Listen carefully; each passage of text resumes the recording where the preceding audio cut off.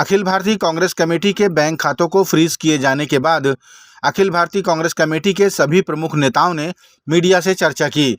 चर्चा में उन्होंने बताया कि ये कांग्रेस पार्टी पर नहीं बल्कि लोकतंत्र पर प्रहार है। हमें आर्थिक रूप से कमजोर करने की साजिश है ये।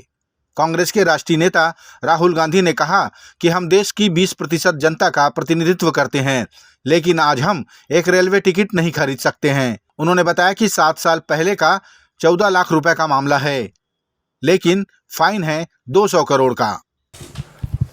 20% हिंदुस्तान के लोग कांग्रेस पार्टी को वोट देते हैं। हम 20% लोगों को रिप्रेजेंट करते हैं और आज हम रेलवे टिकट नहीं खरीद सकते।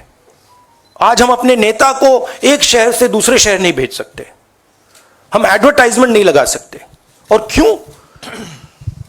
14 लाख रुपए 7 साल पहले 14 लाख रुपए का इशू है और 200 करोड़ रुपए का फाइन और सारे के सारे बैंक अकाउंट फ्रीज कर दिए।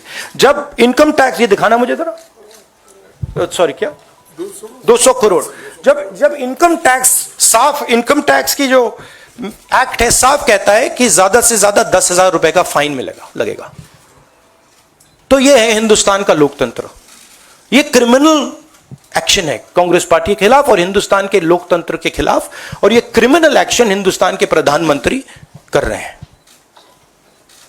मेरी विनती है कि जो हिंदुस्तान के इंस्टीट्यूशंस हैं, जो वो अपने आप को हिंदुस्तान के इंस्टीट्यूशंस मानते हैं, डेमोक्रेसी को प्रोटेक्ट करते हैं, लोकतंत्र को प्रोटेक्ट करते हैं, हिंदुस्तान के कोर्ट्स हो, हिंदुस्तान का इलेक्शन कमीशन हो, वो इसके बारे में कुछ करें। चोरी की दुपहिया वाहन से चेन स्नैचिंग करने वाले 3 आरोपियों को रायपुर पुलिस ने गिरफ्तार किया। प्राप्त जानकारी के अनुसार ये आरोपी मॉर्निंग वॉक पर निकली महिलाओं को अपना निशाना बनाया करते थे। अब तक इन आरोपियों ने चोरी और चेन स्नैचिंग की आधा दर्जन घटनाओं को अंजाम दिया है। आरोपियों के कब्जे से पुलिस ने 5 नग सोने की चैन और 2 नग सोने की अंगूठी जब्त की है।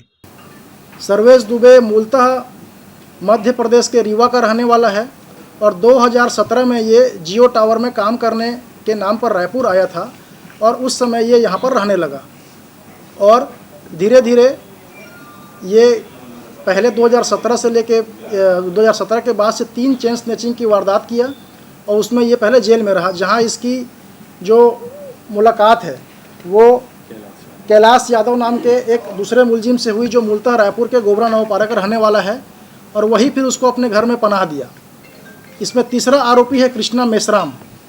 कृष्णा मेश्राम जो अपने आप को मूलतः लॉ का स्टूडेंट बताता है, इसके बारे में और पूछताछ अभी की जा रही है। ये इनके साथ में मिला और ये लोग माल इस प्रकार से घटना करना और घटना करके जो है बाइक चोरी के मामले में भी ये लोग पहले कई प्रकार के बाइक को ये लोग चोरी कर चुके हैं। इन लोगों का मोडस ये है कि ये लोग जनरली एक बाइक चोरी करते हैं। अभी जो पल्सर एक बाइक ये लोग राम मंदिर के पास से चोरी किए थे, उसी को इस तीनों घटना में ये लोग इस्तेमाल किए।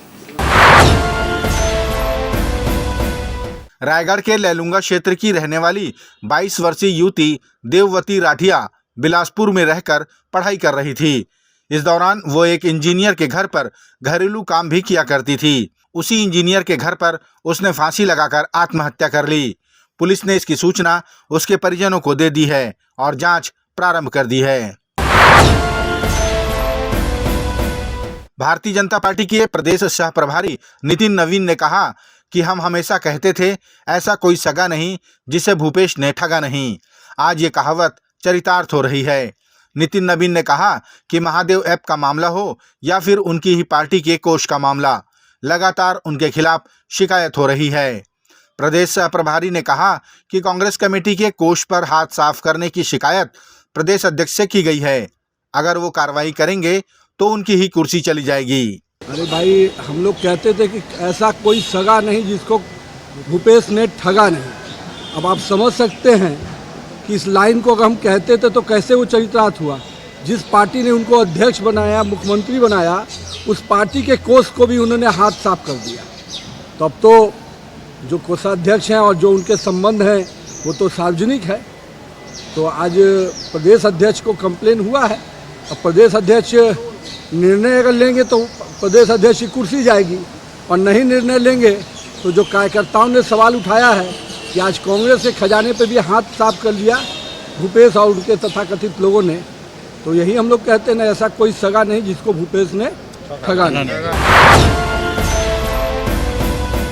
राजधानी रायपुर में कुछ दिनों पूर्व प्रारंभ हुए कला केंद्र में राजधानी वासियों की रुचि बढ़ रही है।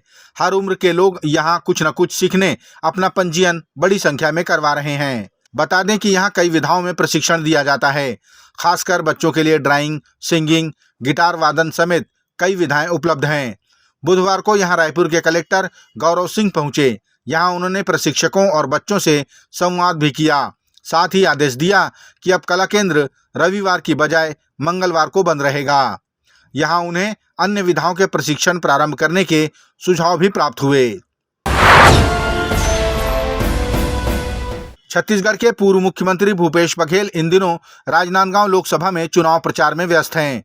यहां उन्हें प्रचार के दौरान ग्रामीणों से ये भी सुनने को मिल रहा है कि विधानसभा चुनाव में कांग्रेस को वोट किया, लेकिन वोट गया भाजपा में। ग्रामीणों ने यह भी कहा कि इस बार ईवीएम की बजाय बैलेट पेपर पर चुनाव होना चाहिए। पूर्व मुख्यमंत्री ने ग्रामीणों से कहा कि वोटिंग के समय अगर ऐसी गड़बड़ी हुई तो उसकी तत्काल शिकायत करनी चाहिए थी।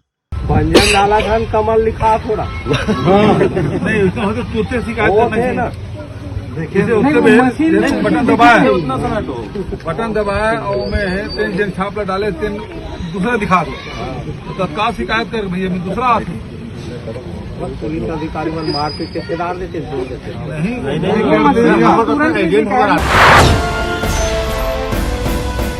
रायपुर लोकसभा के कांग्रेस प्रत्याशी विकास उपाध्याय हर समय चुनाव प्रचार के मूड में नजर आ रहे हैं। वे मॉर्निंग वॉक में भी लोगों से मिलकर कांग्रेस की गारंटी की बातें साझा कर रहे हैं। आज सुबह भी वे मॉर्निंग वॉक के दौरान लोगों से मिले और मतदान करने की अपील करने के साथ रायपुर लोकसभा से कांग्रेस पार्टी के पक्ष में वोट करने की अपील करते नजर आए। प्रत्याशी विकास उपाध्याय ने यहां लोगों के साथ कसरत भी की।